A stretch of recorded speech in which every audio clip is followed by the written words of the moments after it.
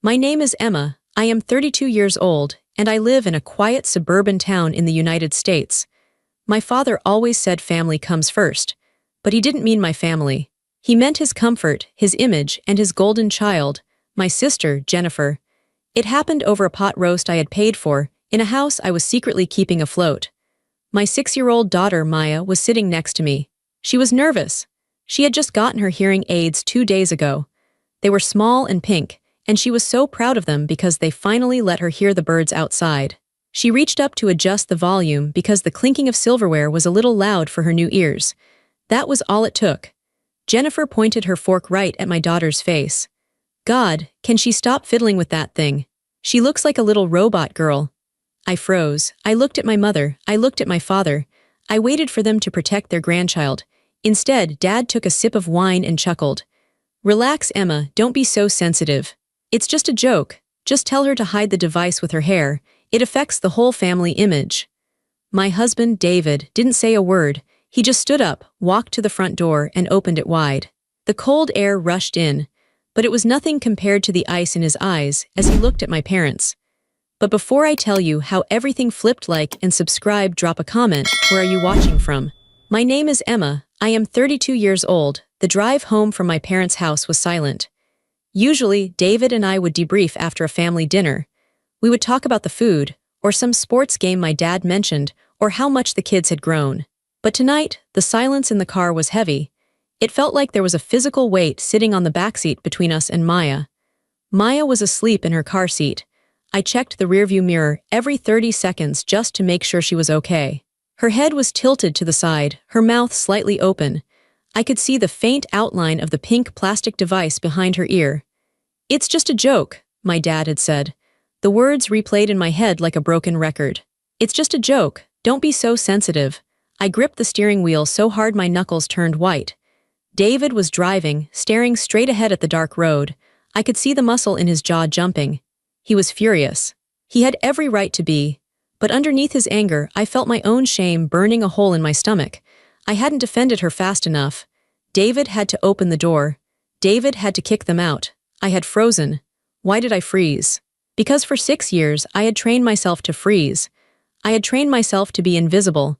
I had trained myself to be the wallet, the fixer, the safety net, but never the person with a voice. It started 6 years ago. That was when I launched my company, Aura Acoustics. Nobody in my family knew what I actually did. To them, I was just doing some computer stuff or freelancing. They didn't understand technology, and they didn't care to learn. When I tried to explain that I was developing new algorithms for hearing assistance, my mother would wave her hand and say, "That sounds boring, dear. Pass the salad."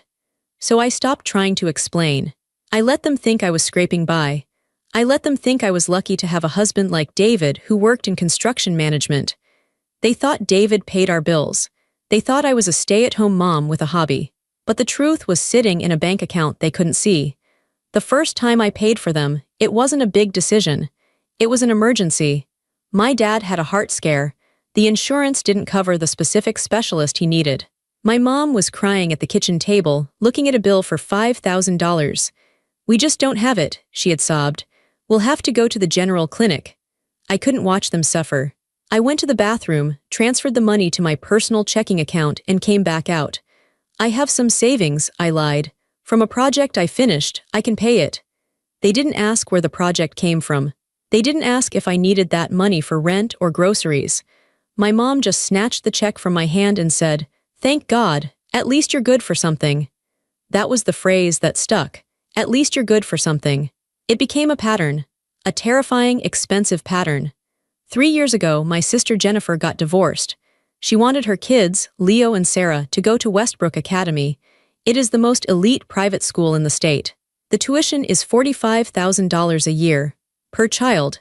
Jennifer didn't have a job. She had alimony, but it wasn't enough for Westbrook. She called a family meeting.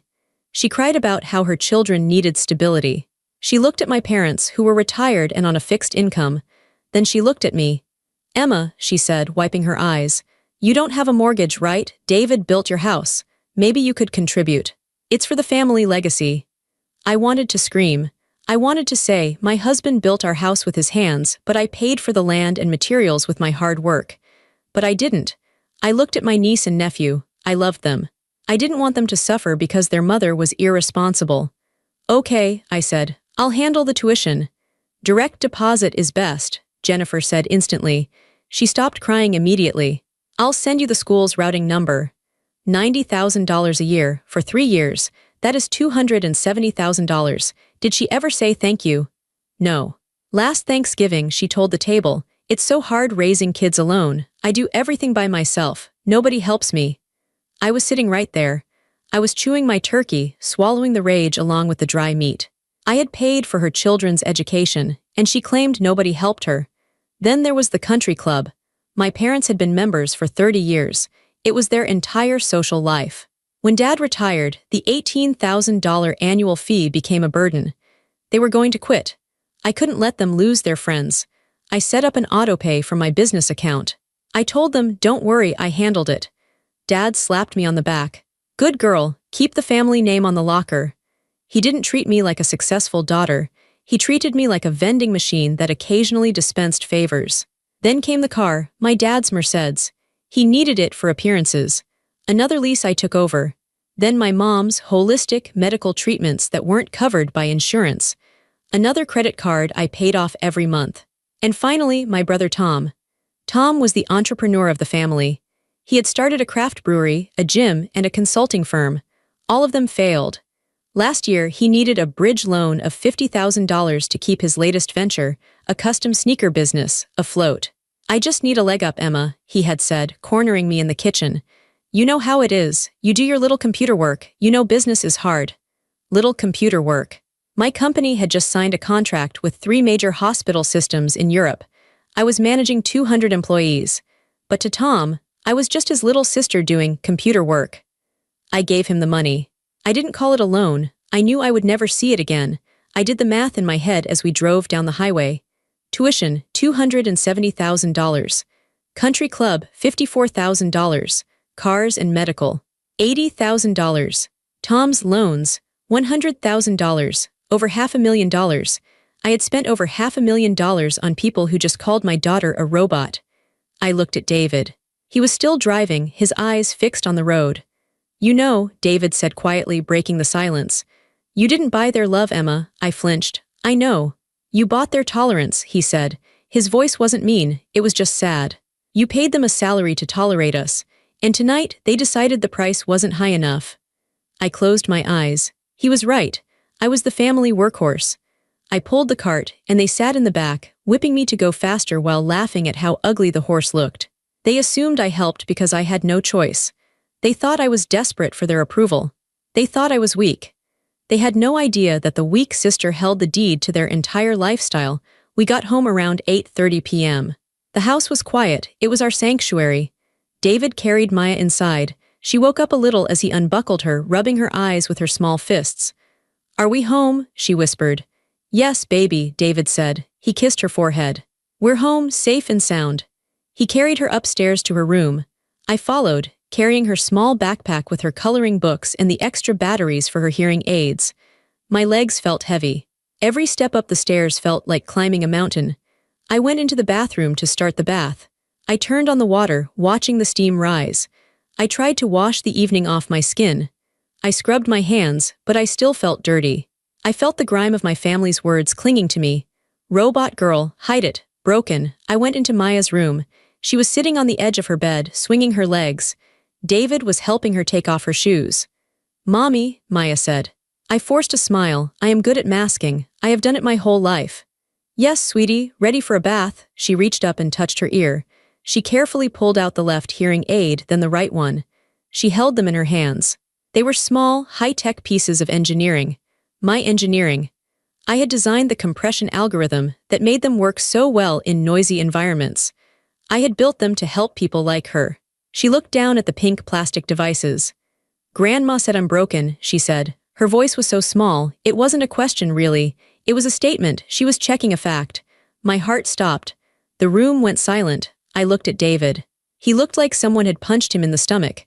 I knelt down in front of her. I took her small hands in mine. No, Maya, look at me. She looked up. Her big brown eyes were filled with tears that hadn't spilled yet. Grandma. Grandma was wrong, I said, my voice shook. You are not broken, you are perfect. These, I pointed to the hearing aids, these are just like glasses. You know how Daddy wears glasses to see better. These help you hear better, that's all. You are strong and smart and beautiful. But Aunt Jennifer laughed, Maya whispered. A single tear rolled down her cheek. She said I look like a robot. Do I look scary? I pulled her into my arms. I buried my face in her hair so she wouldn't hear me gasp. I felt a rage so hot it almost burned me. It wasn't the annoyance I felt at the dinner. It was a primal, mother bear fury. They hadn't just insulted me. They had planted a seed of shame in my 6-year-old daughter. They had taken her confidence, which was so new, so fragile, and crushed it for sport. You do not look scary, I told her, pulling back and looking her in the eyes. You look like a superhero. You have bionic hearing, that makes you special, she sniffled. Really? Really? I got her through the bath. I got her into her pajamas. I read her 2 stories instead of 1. I stayed in her room until her breathing slowed down and she fell asleep. I stood by her doorway for a long time watching her sleep. The moonlight came in through the window. She looked so peaceful. Then I remembered the spreadsheet. I walked out of her room and closed the door softly. David was in the hallway. He was leaning against the wall, his arms crossed. She heard everything, David said. I know, I replied. Emma, we can't go back there, he said. I don't care who they are. I don't care if they are your blood. They are poison. If we go back, we are telling Maya that it's okay for people to treat her like that. I looked at my husband. He was the only family I needed. Him and Maya. We aren't going back, I said. My voice was steady. It surprised me. And they aren't going to treat anyone like that ever again. What do you mean? I said, walking past him toward my home office. I'm done being the ATM. I'm done being the heavy lifter. I'm going to drop the weight. Emma, David warned. If you cut them off, they will explode. It's going to be ugly. Let it be ugly, I said. It's been ugly for me for 30 years. Now it's their turn. I walked into my office. It was a sleek, modern room. I had 3 monitors set up. This was the command center of Aura Acoustics. This was where I managed a global supply chain. This was where I made executive decisions that affected millions of dollars. Here, I wasn't the little sister. Here, I was the CEO. I sat down in my leather chair. The leather was cool against my back. I woke up my computer. The screens glowed to life, illuminating the dark room. It was time to look at the numbers. It was time to look at the truth. The file was named Family Support Master XLSX. I hated this file. I had created it 4 years ago to keep track of where my money was going, mostly for tax purposes and my own sanity. I clicked on it. It opened instantly, a grid of colorful cells and endless numbers. I scrolled down. Row 4. Jennifer Education Trust. Status, active. Monthly auto draft, $7,500. I stared at the number. $7,500 a month. That was more than most people made in 3 months. I paid that so Jennifer could drive her Range Rover to the pickup line and brag about how her kids went to Westbrook. I remember Jennifer's face at dinner tonight. The way she pointed her fork. The way she sneered. Robot girl. My hand moved to the mouse. I didn't feel sad. I didn't feel guilty. I felt cold. I felt precise. I opened my banking portal in a separate window. I logged in. The interface was familiar. I navigated to recurring transfers. There it was, Westbrook Academy. I clicked Edit. Then I clicked Cancel Series. A pop-up box appeared. Are you sure you want to cancel this recurring payment? Yes, I said out loud to the empty room. I am sure. Click Status Cancelled. I went back to the spreadsheet. I highlighted the row red. Next, row 12, Mom and Dad Country Club membership. Status Active. Monthly auto draft, $1,500. I thought about my dad. It's just a joke. Don't be so sensitive. He cared more about his golf handicap than his granddaughter's dignity. He wanted the prestige of the club, but he didn't want the daughter who paid for it. He wanted the money, but he didn't want the connection. Fine, he could have the connection or lack thereof. I went to the bank tab, found the country club transfer. Click Cancel, Confirm, Gone. I felt a strange sensation in my chest. My heart was beating slower, not faster. It was a release. Every click was like cutting a heavy sandbag off a hot air balloon. I was getting lighter. Row 15, Dad Merced's lease. Status Active, Autopay, Cancel. Row 22, Mom Dr. Arrington Specialist. Status Active. Credit card on file. I logged into the credit card portal. I removed my card from the authorized user list for the clinic. Cancel. Row 30, Tom Business Support Loan. Status, monthly transfer $2,000. Tom. My big brother, the one who used to lock me out of the house when we were kids. The one who told me my business idea was cute, but would never scale. He was using my money to pay rent on a warehouse for shoes that nobody was buying.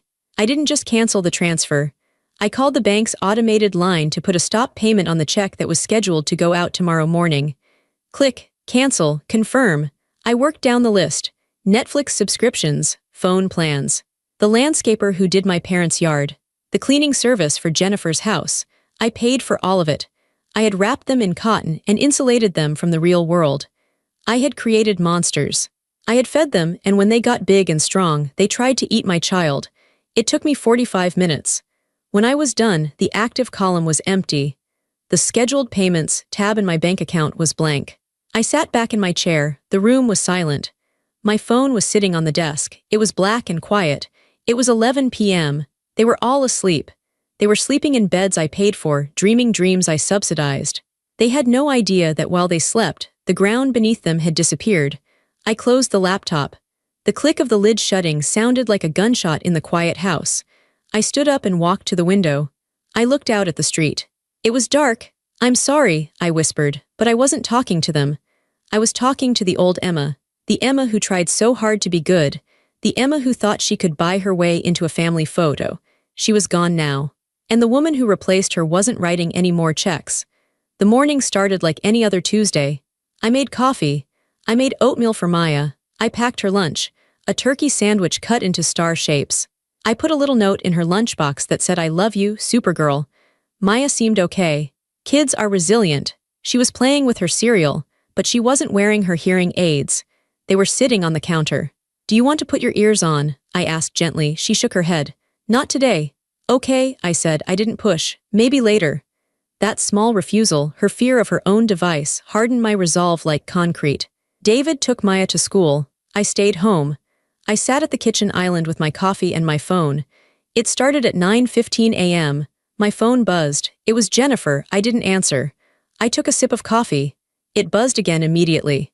Then a text, "Jennifer, Emma. The school just called. They said the tuition transfer bounced. It's embarrassing. Fix it ASAP." I stared at the screen. "Fix it, not please." "Not is something wrong, just a command," I typed back. I canceled it. I watched the 3 little dots appear instantly. "Jennifer, what do you mean you canceled it? Is this a joke? They are going to kick Leo and Sarah out of class if it's not paid by noon." "Emma. Then you should probably go pick them up." My phone started ringing. Jennifer again. I declined the call. 5 minutes later my dad called. I let it go to voicemail. 10 minutes later the house phone rang. We still had a landline for emergencies. I let it ring. By 10 a.m., my phone was vibrating so constantly it was moving across the counter. "Mom, Emma, Dr. Arrington's office said the card was declined. I'm at the front desk. This is humiliating. Call them now." "Tom, yo, the transfer didn't hit. I have a vendor waiting." "What's going on? Dad, pick up the phone. The club manager just called me. They said our membership is suspended for non-payment. Do you have any idea how bad this makes me look?" It was a symphony of entitlement. Not a single person asked if I was okay. Not one person asked if I had lost my job, or if I had been hacked, or if I was sick. They only cared that the tap had run dry. I finished my coffee. I washed the mug. I dried it and put it away. Then I sat down and sent one group text to all of them. "Mom, Dad, Jennifer, Tom, Emma, I am no longer funding your lives. The transfers are canceled. The cards are closed. Do not ask me for money again. Handle your own expenses." I put the phone down. The reaction was nuclear. Jennifer sent 20 texts in a minute. She called me selfish, cruel, a monster. She said I was punishing innocent children.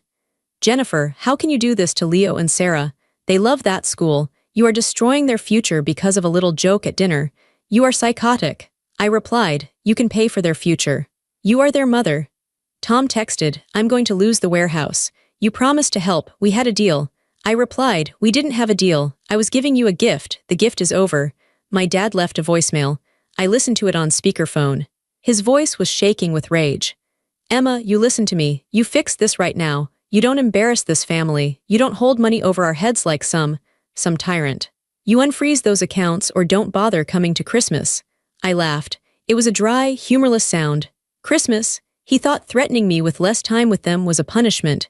David, I called out. David had just walked back in the door. Yeah, we're free for Christmas, I said. He looked at my phone, which was lighting up like a disco ball. He looked at the calm expression on my face. They noticed? He asked. Oh, they noticed, I said. Jennifer is getting kicked out of Westbrook. Dad lost the club. Mom is stuck at the doctor's office. Are you okay? David asked. He walked over and put his hands on my shoulders. I took a deep breath. Was I okay? My family hated me. They were calling me names. They were panicking. Their lives were falling apart because I refused to carry them anymore. But then I looked at the counter where Maya's hearing aids were sitting. I thought about her face when she asked if she was broken. I'm better than okay, I said. I'm free. But it wasn't over. I knew them. They wouldn't just text and call. They would come here. They would demand a face-to-face. They would try to bully me into submission like they always did. They thought I was just throwing a tantrum. They thought I would cave in an hour. They were about to find out that I wasn't just a sister or a daughter anymore. I was a CEO who had just fired her worst employees. Around noon, a car pulled into the driveway. It was my parents. Dad slammed the car door so hard I felt it in the floorboards. Here we go, David said, stepping in front of me. No, I said, moving him aside gently. I've got this. I walked to the front door. I didn't open it. I waited. Dad pounded on the glass. Emma, open this door. We need to talk. I unlocked it and opened it. I stood in the doorway. I didn't invite them in. What is wrong with you? Mom screamed. She looked frantic. Her hair was messy. Do you know how embarrassing it was? The receptionist cut up the card in front of me. You cut us off, Dad shouted. His face was red. Because of a joke. You ruined the family over a joke. It wasn't a joke, I said. My voice was low and steady. It was abuse, and I'm done paying for my abusers to live in luxury. Abusers? Dad scoffed. We are your parents. We gave you life. And I gave you a lifestyle, I said. For 6 years, I paid for everything, and you treated me like dirt. You treated my daughter like a freak. We didn't, Mom cried. We love Maya. Jennifer was just. She was just stressed. She didn't mean it. She meant it, I said. And you laughed. You all laughed. So what? Dad yelled. You're going to bankrupt us. You're going to let your brother fail. You have the money. We know David makes good money. You're just being greedy. I stared at them. They still didn't get it. They thought this was David's money. They thought I was hoarding my husband's earnings. David doesn't pay for your lifestyle, I said. What? Mom frowned. Of course he does. You don't work, you just do your little computer thing. It was time. Come inside, I said coldly. Sit at the table, I have something to show you. They looked confused by my change in tone. They walked in hesitantly. They sat at the dining room table. I walked to my office and grabbed my laptop. I brought it out and set it down in front of them. You think I'm a freelancer, I said. You think I'm a housewife with a hobby. I turned the laptop around so they could see the screen. I had pulled up the Aura Acoustics annual report. My face was on the cover. The headline read, CEO Emma Henderson leads Aura to $1.2 billion valuation. Read it, I said. Dad squinted at the screen. He adjusted his glasses. He read the headline. He froze. Mom looked at the picture, then she looked at me. Then back at the picture. CEO, Dad whispered. Billion. I own the company, I said. I built it. Every dollar you spent, the tuition, the club, the cars, came from me, from my brain, from my hard work. The same hard work you mocked.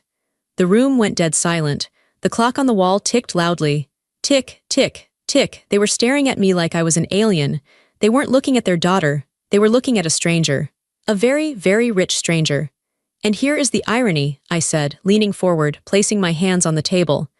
My company makes medical devices. We make hearing aids. The device you mocked, the one Jennifer called robot parts.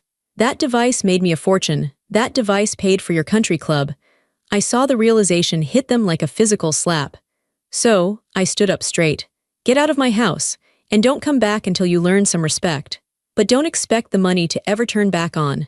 That part of our relationship is dead. The silence in my dining room was thick enough to choke on. My parents were still staring at the laptop screen. My face, their daughter's face, looked back at them from the digital annual report.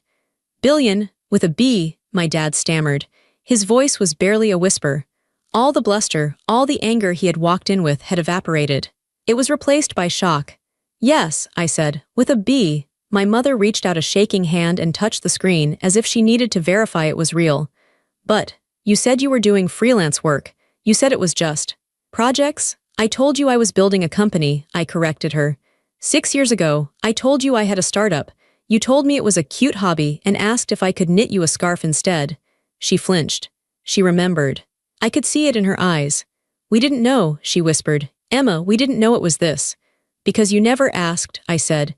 You never asked me a single question about my work, not once. You asked David about his construction jobs. You asked Tom about his failed sneaker ideas for hours. But me, you just assumed I was nobody. Dad looked up from the screen. His eyes were wide. He wasn't looking at me with pride. He was looking at me with calculation. I could see the gears turning in his head. He was doing the math. If his daughter was a billionaire, then the country club membership was nothing. It was pocket change. Emma, he said, his voice suddenly smooth, almost oily. This is incredible. Why didn't you tell us? We would have celebrated you. We would have been so proud. I felt a wave of nausea. You would have been proud of the money, I said. Not me. You would have been proud that you could brag to your friends that your daughter was rich. But you wouldn't have cared about the work. You wouldn't have cared about the science. That's not true, Mom said, trying to smile. It was a terrifying, brittle smile. We are your family. We love you. This changes things. It changes nothing, I said. It just exposes you. What do you mean? Dad asked. It means, I said, pointing at the screen, that you have been living off the very thing you mocked. You made fun of Maya's hearing aid. You called her a robot. But that hearing aid, that technology, is what paid for your Merced's dad. It's what paid for your holistic doctors, Mom. You were biting the hand that fed you, and you were laughing while you did it. Dad's face flushed red again, but this time it wasn't anger. It was embarrassment. Deep, humiliating embarrassment. He realized how small he looked. We were just joking, he mumbled again, but the excuse sounded weak even to him. You weren't joking, I said. You were cruel. And now the joke is over. Just then my phone buzzed on the table. It was Jennifer, then Tom. They are texting you, aren't they? I asked. Mom nodded. Jennifer is at the school. She can't get the transcripts unless the balance is paid. She can't enroll them in public school without the transcripts. That sounds like a problem for Jennifer, I said. Emma, Dad said, standing up. He tried to look authoritative, but his knees were shaking. You have to fix this. You have this empire. You have endless money. To you, paying her tuition is like buying a cup of coffee. Don't be petty, just pay it and we can all move past this. Petty? I laughed. You think this is about the money. You think I care about the cash? I walked over to the window. I looked out at the driveway where their car sat, the car I paid for. I would have given you everything, I said softly. I did give you everything. I would have bought you a house. I would have sent all your grandkids to college. I would have taken care of you until the day you died. I didn't care about the cost. I turned back to face them. But you hurt my daughter. You made her feel broken. And you can't buy forgiveness for that, not with $1 billion. She's a child, Dad shouted. She'll forget. She won't, I said, and neither will I pointed to the door. Leave, the lease on the Mercedes is up next month. I'm not renewing it. You might want to start looking for a used Honda. My dad opened his mouth to scream, but he looked at my face and stopped. He saw something he had never seen before. He didn't see his doormat daughter. He saw a CEO, he saw power. He grabbed my mother's arm. Come on, Linda, let's go. But Mom started. Let's go, he snapped. They walked out. They looked smaller than when they arrived. They looked old. I closed the door behind them and locked it. I leaned my forehead against the cool wood. My heart was pounding, but my hands were steady. I had done it. I had revealed the secret. And the look on their faces, the shock, the greed, the shame, was worth every penny I had ever spent. The next 2 weeks were a masterclass in consequences. I didn't do anything malicious. I didn't sue them. I didn't slander them. I simply stopped. I removed my hands from the wheel of their lives, and without me steering, they crashed immediately. Jennifer was the first to fall. She couldn't pay the Westbrook tuition. She tried to negotiate with the headmaster. She tried to cry in his office. But private schools are businesses. No money, no seat. She had to pull Leo and Sarah out mid-semester. It was a small-town scandal. Everyone knew. The perfect mom who looked down on everyone else was suddenly filling out paperwork for the local public elementary school. I heard from a friend that Jennifer had a meltdown in the grocery store when her card was declined for a bottle of expensive wine. She had to put it back. Tom was next. My brother, the entrepreneur. Without my monthly injection of cash, his warehouse rent went unpaid. The landlord locked him out in 3 days. Tom tried to call me 50 times. I blocked his number. He had to move all his unsold shoes into his garage. His wife, who had gotten used to the lifestyle I funded, was reportedly furious. She told him to get a real job. For the first time in his life, at age 34, Tom had to update his resume. He got a job as a shift manager at a car rental agency. It was honest work. It was good work. But for Tom, who thought he was the next Elon Musk, it was a humiliation. And my parents. The country club was their identity. It was where they ate lunch, where they played bridge, where they gossiped. When their membership was revoked, they lost their social circle. Their friends stopped calling when they couldn't host dinners anymore. Dad had to return the Mercedes. I got an email from the dealership confirming the return. He had apparently argued with the sales manager for an hour, claiming there was a banking error. But the lease was in my name, and I had canceled the authorization. He ended up buying a 10-year-old sedan. Mom's holistic treatment stopped. She had to go to a regular doctor in her insurance network. She complained to anyone who would listen that her daughter had abandoned her. But here is the thing about small towns: people talk. And people knew me, they knew David. They knew we were quiet, kind people, and they knew my parents were snobs. The rumor mill didn't side with them. It sided with the truth. People started whispering, "Did you hear the Hendersons were broke?" Apparently, their daughter was paying for everything and they treated her like garbage. Their social standing crumbled like a sandcastle at high tide. I watched it all from a distance. I didn't feel glee. I didn't feel happy about their suffering. I just felt balanced. For years, the scales had been tipped. They took, I gave. They hurt, I healed. Now the scales were even. They were experiencing the reality of their own choices. One afternoon, I was at the park with Maya. She was on the swings, pumping her legs higher and higher. She was wearing her hearing aids. She had put them back on 3 days after the dinner. "Look, Mommy, I'm flying," she yelled. "I see you," I called back. I saw a woman walking toward me. It was Mrs. Gable, one of my mom's bridge friends from the club. I tensed up. I expected a confrontation. Mrs. Gable stopped near the bench. She looked at me, then at Maya. "She's a beautiful little girl, Emma," Mrs. Gable said. "Thank you," I said guardedly. "Your mother told us some things," Mrs. Gable said. She hesitated. "She said you cut them off. She said you were cruel." I didn't say anything. I just looked at her. "But then," Mrs. Gable continued, "I saw how your father yelled at the waiter last week before they were asked to leave. And I remembered how they used to talk about you. Always poor Emma, always Emma doesn't have much going on." She shook her head. I think you probably did the right thing. Good for you, honey." She walked away. I let out a breath I didn't know I was holding. I wasn't the villain. I wasn't the bad guy. I was just a woman who finally stood up. My lawyer called me a few days later. "Emma," he said, "your father contacted my office. He's asking if there is a way to restructure the support payments. He's calling it a family stipend." I laughed. "He wants a salary for being my dad." "Essentially," the lawyer said. "He says they have become accustomed to a certain standard of living." "Tell him," I said, "that the standard has changed. Tell him the Bank of Emma is permanently closed, and if he contacts you again, bill him for the hour." "Understood," the lawyer said. "And Emma, yes, I'm proud of you. Most clients cave, you're strong." "I have to be," I said, watching Maya jump off the swing and land in the sand, laughing. "I have someone watching me." 3 weeks after the dinner, on a rainy Tuesday evening, the doorbell rang. David was at work. Maya was in the living room watching cartoons. I looked at the security camera feed on my phone. It was my mother. She was alone. She wasn't wearing her usual designer trench coat. She was wearing a simple raincoat. She looked wet and small. I debated not opening the door, but she was my mother, and she was alone. I opened the door. "What do you want?" She didn't barge in. She didn't yell. She just stood there, shivering slightly. "Can I come in?" she asked. "Just for a minute, I promise I won't stay." I stepped aside. 1 minute. She walked into the foyer. She didn't go further. She dripped water onto the rug. She looked around the house, my house, as if seeing it for the first time. She noticed the artwork. She noticed the calmness. "I didn't know," she said. Her voice was shaky. "Didn't know what?" "I didn't know you were." "This," she gestured vaguely at the air. "I didn't know you were successful. I didn't know you were strong." "I was always strong, Mom," I said. "You just didn't look." She looked down at her hands. "Your father, he's angry. He's so angry. He feels like a fool."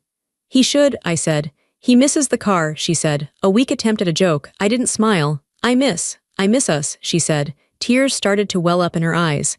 "I miss Sunday dinners." I miss the family being together. We weren't together, Mom, I said gently. We were in the same room, but we weren't together. You were with Jennifer, you were with Tom. I was just the staff, I was the sponsor.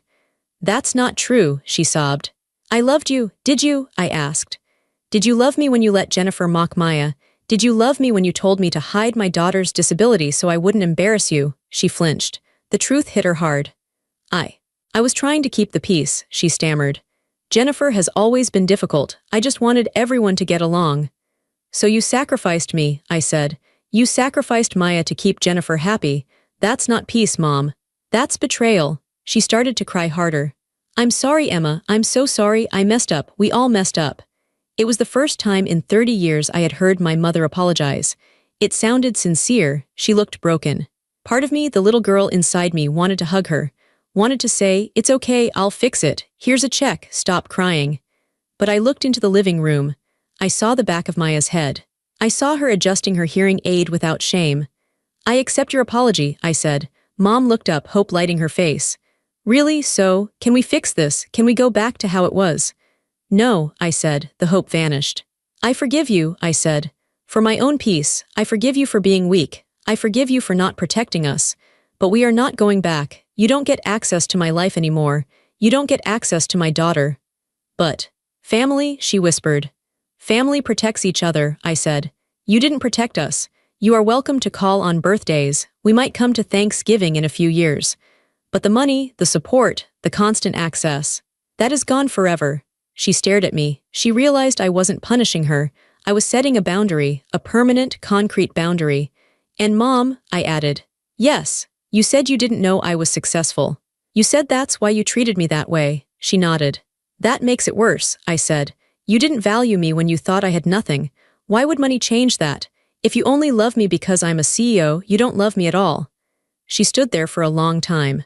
The silence stretched. Finally, she nodded. She understood. Okay, she whispered. Okay. She turned around and opened the door. The rain was still falling. Goodbye, Emma, she said. Goodbye, Mom, I said. She walked out to her car. I watched her drive away. I didn't feel sad. I felt clean. I felt like a wound that had been infected for years was finally cleaned out and stitched up. It would leave a scar, but it would heal. 6 months passed. The change in our house was physical. The air felt lighter. We laughed more. Without the financial drain of the Hendersons, my savings compounded. But more importantly, without the emotional drain, my energy returned. I poured that energy into Maya, and I poured it into my work. One morning at breakfast, Maya came running into the kitchen. She was wearing a bright purple dress and her pink hearing aids. Mom, look, she yelled. She spun around. I'm ready for the presentation. Today was show and tell at her school. She had decided to show her hearing aids. My heart squeezed. 6 months ago, she wanted to hide them. She thought she was a robot. You look amazing, I said. What are you going to say? I'm going to tell them how they work, she said excitedly. And how I can hear the teacher even when she's facing the whiteboard. And how my mom invented the special computer inside them. I choked up. You're going to tell them I invented it? Yeah, she said, because you're a genius. I grabbed her and hugged her tight. You are the genius, baby. I drove her to school. I walked her to her classroom.